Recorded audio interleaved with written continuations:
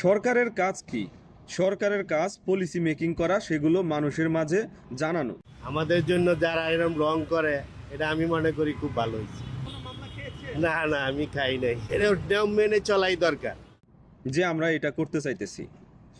জনগণের কাজ কি? পলিসিটারে অর্গানাইজ করা, সেটারে মেনে চলা, সেটারে সামনে আগায় নেওয়া। আরেক যে লোক ভালো, লোক হিসাবে আমাকে সরকার হিসাবে হ্যাঁ অনেক ভালো। এভাবেই একটা সভ্য রাষ্ট্র গড়ে ওঠে। হ্যাঁ, সরকার যদি গণবিরোধী কোনো পলিসি গ্রহণ করে, তাইলে সেইটা প্রতিবাদ করতে হবে, সেটার বিরুদ্ধে দাঁড়াইতে হবে।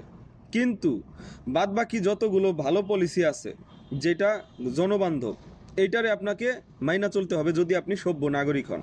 একবার মামলা যে খাইবো হয়তো শিক্ষা নিয়ে নিব, যার এই ভুল করবো না।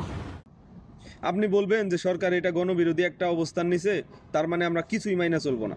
তাইলে আপনি সভ্য রাষ্ট্রের নাগরিক না। আপনার সরকারও সভ্য না, আপনিও সভ্য না। কিন্তু সরকার 100টা পলিসি নিছে, তার ভেতরে 99টা ভালো পলিসি, একটা পলিসি খারাপ। আপনি কি করবেন? ওই একটা পলিসির জন্য প্রতিবাদ জারি রাখবেন এবং বাকি 99টা পলিসি আপনি অক্ষরে অক্ষরে পালন করে চলবেন।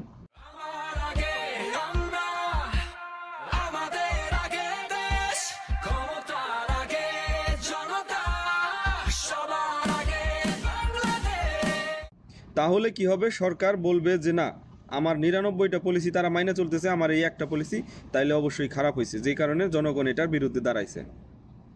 দেখেন, আমরা লাল সবুজের যে পার্থক্য বুঝতে শিখছি, এটা আমাদের জন্য গুড অ্যাচিভমেন্ট, অনেক বড় পাওয়া এটা। লাল বাতি জ্বলতেছে, গাড়িগুলো দাঁড়ায় দিতেছে ছোট থেকে বড়।